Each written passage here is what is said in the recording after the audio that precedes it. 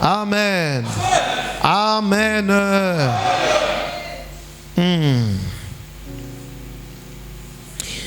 Ce matin, nous sommes réunis dans la maison du Seigneur pour célébrer le Père et rendre gloire à Dieu dans toute sa fidélité.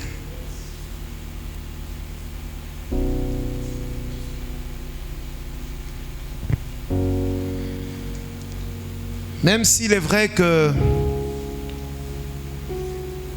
il y a ce fléau qui est en train de proliférer, comme je dis, et qui fait des ravages, le Seigneur reste un Dieu fidèle. Dieu n'abandonne pas son peuple. Nous poursuivons notre message sur la nécessité d'être en mission pour le Seigneur.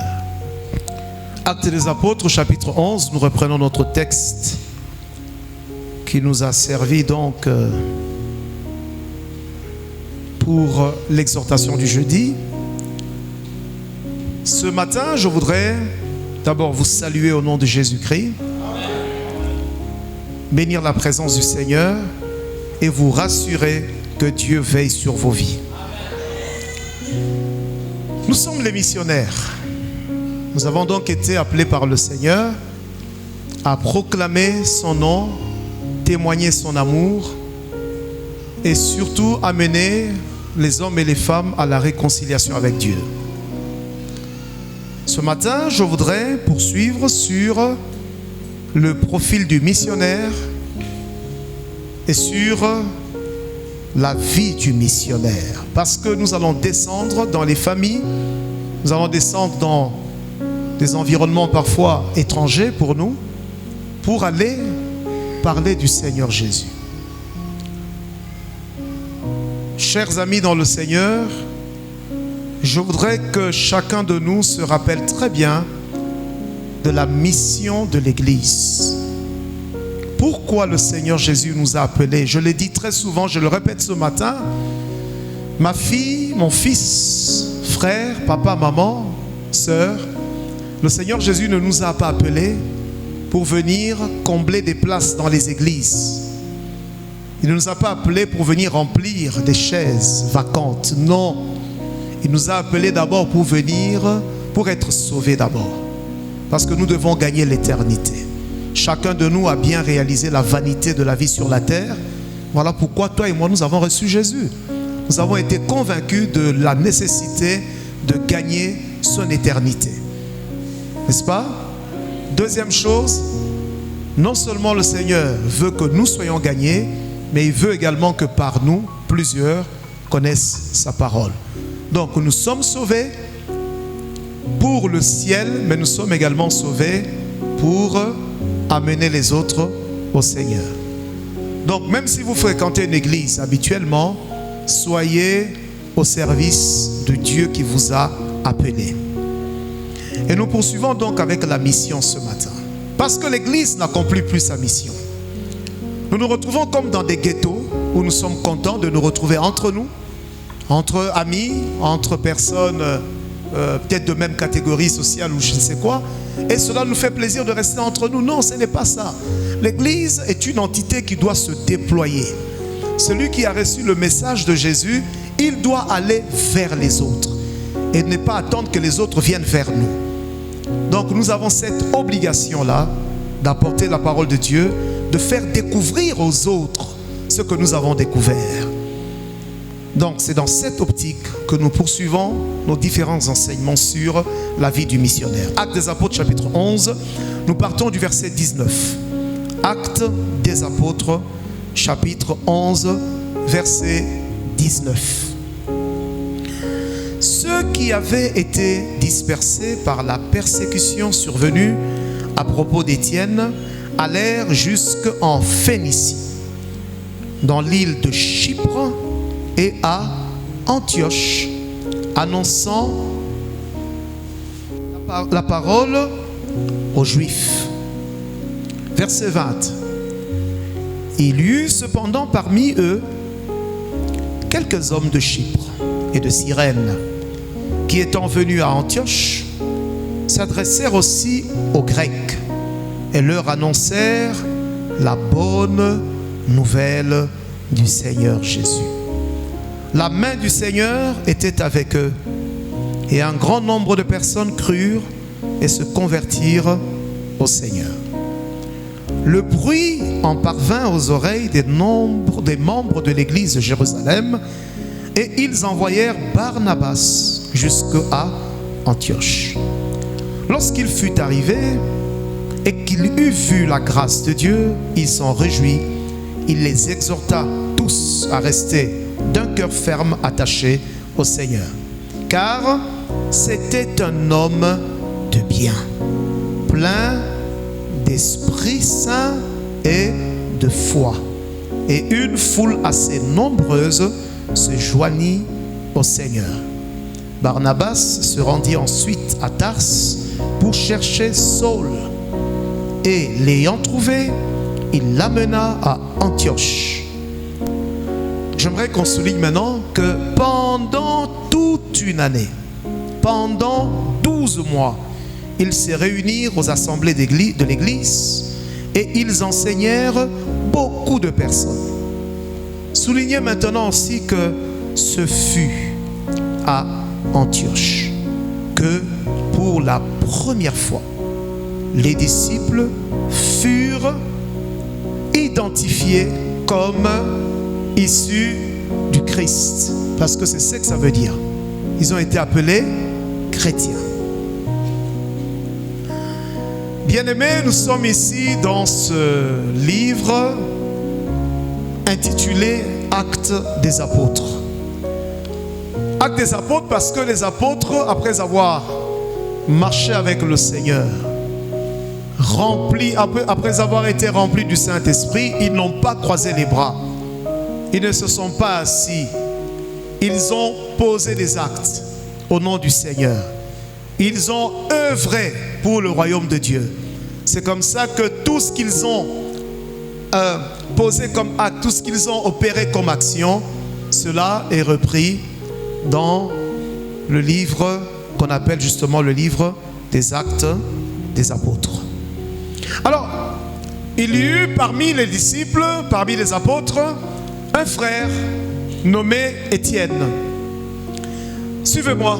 Étienne a été molesté et ensuite il a été assassiné parce que c'était un assassinat. Il a été lynché. Et Étienne est mort suite à sa foi, à sa proclamation de la foi en Jésus-Christ. Après avoir parlé du Seigneur, il était déjà dans le collimateur des Juifs incrédules, des docteurs de la loi. Alors, ils ont fini par tuer Étienne. Alors, suite à la mort d'Étienne, plusieurs se sont dispersés. Il y a eu une persécution terrible sur l'église et puis il y a eu dispersion. C'est comme ça que certains bien-aimés se retrouvent à Chypre, dans certaines villes, d'autres étaient à Antioche. Non seulement ils ont fui à cause de l'assassinat d'Étienne, suite à la proclamation de la foi devant le public, ils n'ont pas eu peur eux aussi d'aller parler de Jésus. C'est pour vous dire qu'un missionnaire, j'ai déjà évoqué cette notion-là, le facteur risque doit être pris en compte. Vous ne pouvez pas croire que faire l'œuvre de Dieu ne comporte pas de risque. Cela comporte certains risques. Étienne a pris le risque. Et vous savez, la chose qui a conduit la foule à lyncher Étienne, c'est parce qu'il a eu le courage de dire qu'il a vu le Seigneur. Ils ont commencé à le lyncher parce que déjà ils étaient contre lui et qu'ils lui en voulaient à cause de sa foi en Dieu, en Jésus, excusez-moi.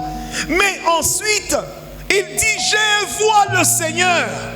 Les autres ont considéré cela comme un blasphème. Ils ont dit, il faut l'achever. Parce que là, il est allé trop loin. Être au service de la parole de Dieu peut comporter des risques. On peut risquer sa vie. Parce que parfois vous êtes en face des gens qui sont, je vous dis, susceptibles lorsqu'ils entendent le nom de Jésus. D'ailleurs, écoutez, tentez l'expérience, allez dans le monde occidental. Lorsque vous parlez de Dieu, on vous regarde de travers. Mais lorsque vous parlez de Jésus, tout le monde vous dédaigne. Parce qu'il y a l'esprit de l'Antichrist qui s'est levé aujourd'hui dans le monde. Et cela est déjà prédit dans la Bible. Ce n'est pas une chose qui doit nous surprendre. Alléluia. Alors Étienne tué, les disciples persécutés, ils ont fui. Malgré cela, ils connaissent leur mission. Quelles que soient les circonstances, quel que soit l'environnement, ils doivent parler du Sauveur. Amen.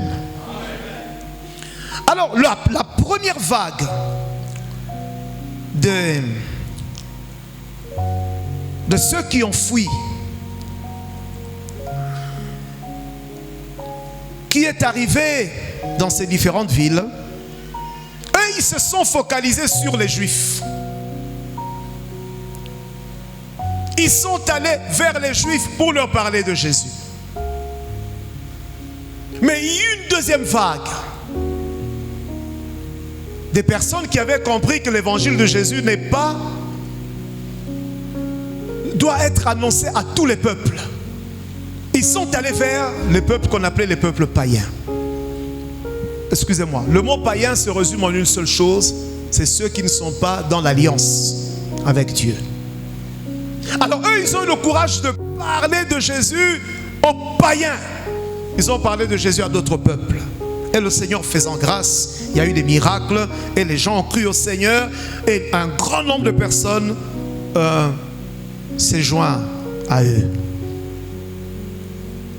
Alors au vu de ce qui se passait, les nouvelles sont arrivées aux oreilles des apôtres à Jérusalem. Alors ils ont dépêché un bien-aimé, Barnabas.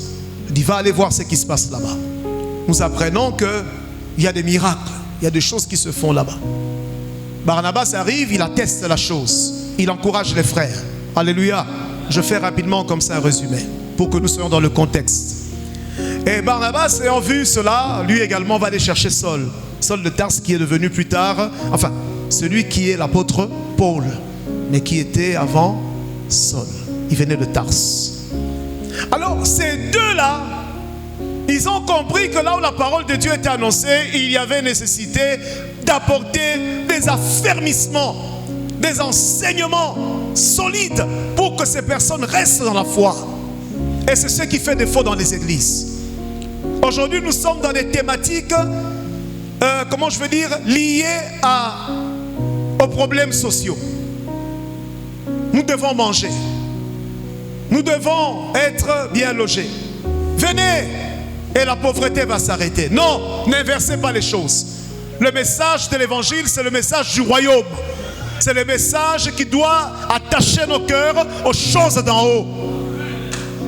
Et lorsque quelqu'un aura reçu Christ, Christ sera la source de sa bénédiction. J'ouvre une parenthèse pour vous dire, ne cherchez pas une bénédiction comme un facteur étranger que vous devez importer dans vos vies. Si tu as Jésus, tu reçois la bénédiction de Dieu. Dis Amen bien s'il te plaît. Alors aujourd'hui, les gens ne reçoivent pas Jésus, mais ils veulent la bénédiction du Seigneur. Oh, le livre d'Éphésiens chapitre 1, vous le connaissez et j'aime bien ce verset. Il dit, béni soit Dieu, qui le Père de notre Seigneur Jésus, qui nous a bénis de toutes sortes de bénédictions spirituelles dans les lieux célestes, à travers qui? En Jésus. Si tu veux être béni par le Dieu de la Bible, accepte le canal de la bénédiction qui est Jésus-Christ de Nazareth.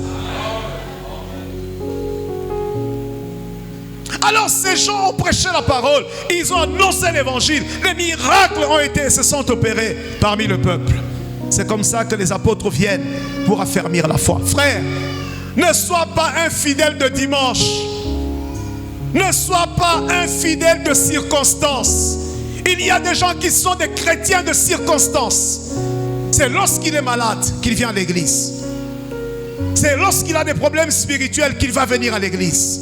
Mais en temps normal, les choses de Dieu, ça ne l'intéresse pas. Pourquoi? Parce que les affermissements n'ont pas été apportés. Lorsqu'on accepte Jésus, je vous ai dit, c'est pour être sauvé, mais c'est également pour se mettre au service. Mais pour se mettre au service, il faut avoir une foi affermie, il faut être préparé. Vous devez vous-même être suffisamment convaincu. Ce matin, j'invite quelqu'un à passer de cap. Tu as reçu Jésus, tu viens à l'église, c'est une bonne chose. Maintenant, le Seigneur t'attend dans une autre étape. Deviens serviteur. Beaucoup sont des chrétiens dans une posture d'adorateur de dimanche. Mais le Seigneur dit non, tu dois devenir un disciple.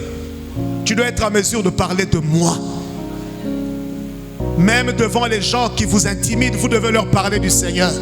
Même lorsque quelqu'un peut lever une arme contre toi pour te menacer, vous savez ce qui est écrit dans la parole de Dieu. Je ne peux pas avoir peur de celui qui tue le corps, mais je crains plutôt celui qui est capable de tuer et le corps et l'âme. Mais laisse-moi également te dire que rien ne peut t'arriver si le Seigneur n'a pas donné son aval. C'est comme ça que tu vois que les gens ont essayé plusieurs fois de t'anéantir, parfois même de t'éliminer. Ce n'est pas possible. Parce que sur toi, il y a un plan que le Seigneur a conçu avant que le monde n'existe. Quelles que soient les flèches, cela ne t'atteindra pas. Parce que tu es sous la grâce divine. Dis Amen bien. Il y a des gens qui marchent avec la bénédiction de leurs parents parce que leurs parents sont des serviteurs. Il y a des gens qui marchent avec la bénédiction de leurs oncles parce que leurs oncles ont mis toute la famille sous la grâce divine. Alors si nous étions à plusieurs à faire le même travail, vous vous imaginez le nombre de vies que nous allons épargner? Soyons tous des disciples. Je n'ai pas entendu. Le Seigneur veut que tu sois un disciple. Dis avec moi un disciple. Dis encore un disciple. Alors écoutez-moi très bien. La Bible dit que lorsque l'apôtre Paul et Barnabas ont commencé le travail, ils ont commencé à travailler sur les affermissements. Quelqu'un qui est chrétien doit s'enraciner dans la parole de Dieu. Nous avons du temps pour nos activités. Tu as du temps pour tes maquillages. J'ai le temps pour mon travail. Mais quel est le temps réservé pour le Seigneur? Nous avons le temps de prendre soin de nos corps.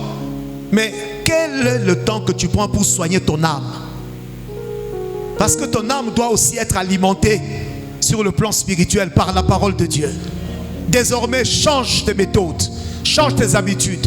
Si tu as du temps pour la télé, aie le temps pour la parole de Dieu. Tu as le temps pour les réseaux sociaux, aie du temps pour la prière.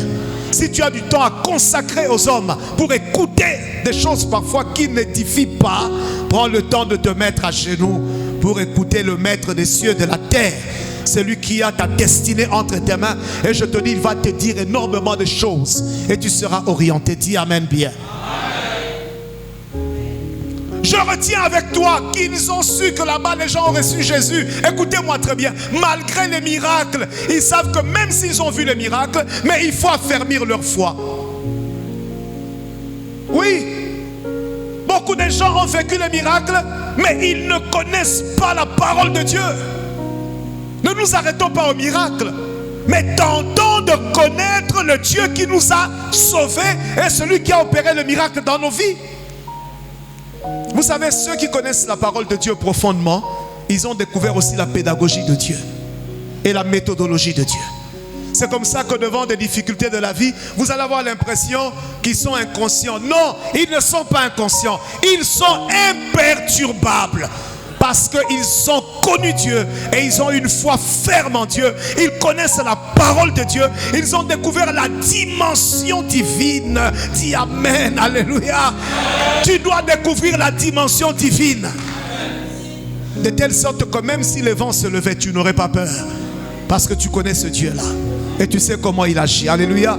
Vous savez, il y a des gens qui ont tellement peur qu'à tout événement, ils sont obligés de se lever. Au nom de Jésus, au nom de Jésus. Non, il y en a qui ont découvert Dieu dans une dimension d'action profonde. Par exemple, quand Dieu dit à Israël, devant une menace persistante, il dit gardez silence. Ayez confiance, je combattrai. Dieu combat pour toi. Mais tu dois découvrir cette dimension-là. Vous voyez, l'apôtre Paul et Barnabas viennent faire un travail. Parce que le but, c'est que ces gens qui ont reçu Jésus deviennent aussi à leur tour des disciples. Aujourd'hui, frères, dans nos églises, même ceux qui ont fait 10 ans, ils ne connaissent pas la Bible. Et même certains qui prêchent, ils vous prêchent sur des petits versets, sortis de leur contexte parfois. Mais c'est pour vous dire qu'il est nécessaire que nous soyons formés dans la parole de Dieu. Parce que si tu vis un miracle, ne t'arrête pas à un seul miracle. Maintenant, vis avec le Dieu qui peut déclencher le cycle des miracles. Mais tu dois le découvrir. Dieu t'aime et Dieu veut se révéler à toi. Alléluia. Ok. Voyez le travail des missionnaires. Ce sont des gens qui se sont donnés au Seigneur, mais qui également se mettent au service des autres. En ce moment même, pendant cette époque-là, il y a des gens qui se livraient à leurs activités, d'autres étaient des hommes d'affaires, d'autres travaillaient ailleurs. Mais eux, ils ont dit, nous nous consacrons à Dieu. J'aimerais dire à quelqu'un ce matin, si tu veux avoir un statut de privilégié devant Dieu, deviens son serviteur. Si vous devenez serviteur de Dieu, vous aurez un statut de privilégié. Parce que vous devenez un ambassadeur. Et cet ambassadeur, ce n'est pas n'importe lequel. Nous sommes des ambassadeurs, comme je l'ai dit, des plénipotentiaires. Avec le plein pouvoir d'engager le ciel et d'engager le nom du Seigneur. Je n'ai pas entendu. Un ambassadeur, n'est-ce pas qu'il jouit d'une immunité? Vous allez jouir d'une grande immunité. C'est comme ça que même lorsque les sorciers vont se lever pour détruire dans la ville, nous venons de le lire dans le livre de Psaume chapitre 91, 1000 peuvent tomber à côté, 10 000 peuvent tomber à droite. Votre vie, votre maison, votre famille jouissent d'une immunité spirituelle. Je n'ai pas entendu quelqu'un dire amen. C'est comme ça que même lorsque les flèches sont lancées, cela ne peut pas vous atteindre. Vous êtes un ambassadeur. Un ambassadeur est soutenu par le pays qu'il envoie. Alléluia. Et le Seigneur a mis à côté de vous une forte armée. Il est écrit que l'ange de l'Éternel campe autour de ceux qui le craignent. Mets-toi au service du Seigneur et tu seras un privilégié. Voilà pourquoi lorsque vous trouvez des gens qui ont accepté de servir le Seigneur, il faut veiller sur eux. Il faut les protéger. Il faut les garder parce que c'est une race rare. Le Seigneur se plaint dans le livre d'Ézéchiel chapitre 22 à travers l'homme de Dieu, le prophète. Il dit, mais je cherche parmi les hommes une seule personne qui peut être volontaire et se mettre au service des autres par la prière. Je n'en trouve pas. Alors combien plus forte raison lorsque le Seigneur en a trouvé une. Je parle des personnes. C'est comme ça que le Seigneur dira, ils sont comme la prunelle de mon âme. Alléluia. Vous savez, je vais vous dire, la meilleure manière de prendre à contre-pied le diable et le monde des ténèbres, c'est d'abriter les promesses. Mais parce que la Bible déclare que les paroles de Dieu, lorsqu'elles sont annoncées, elles sont proclamées, elles ne peuvent pas revenir au Seigneur si elles n'ont pas d'abord agi, si elles n'ont pas atteint le but. Lorsque tu longes les promesses de Dieu en toi, tu deviens une personne privilégiée. Et tu prends le diable à contre-pied. Même lorsqu'ils vont lever, ils vont monter des choses contre ça, ne peut pas agir. Parce que tu ne mourras jamais avant l'accomplissement des promesses de Dieu. Mais si tu as reçu la mission de Dieu, tu ne mourras pas avant la mission. Et c'est que j'aime, la Bible dit que c'est une chose terrible que de tomber entre les mains du Seigneur. Parce que lorsque Dieu t'a pointé, Dieu t'a ciblé, Dieu t'a appelé et que tu as dit oui, tu loges les promesses de Dieu. Tu es comment on appelle ça? Un acteur du royaume de Dieu. Amen. Tu es un privilégié. Même lorsque les gens vont se lever, Dieu dit j'ai besoin de lui. Il ne peut pas partir avant le temps. Tu ne partiras pas avant le temps. Si tu as la mission de Dieu, tu ne partiras pas avant la mission. Deviens un serviteur, deviens une servante de Dieu et tu auras un statut de privilégié devant Dieu. Voilà pourquoi il est écrit, ne touchez pas mes oins. Il dit, ne touchez pas mes prophètes, ne les tuez pas, parce qu'ils sont spéciaux aux yeux du Seigneur. Mais si tu es un chrétien ordinaire, du matin tu viens, tu écoutes la parole, tu rentres chez toi. Le problème, frère, est-ce que Dieu trouve un intérêt dans ton existence?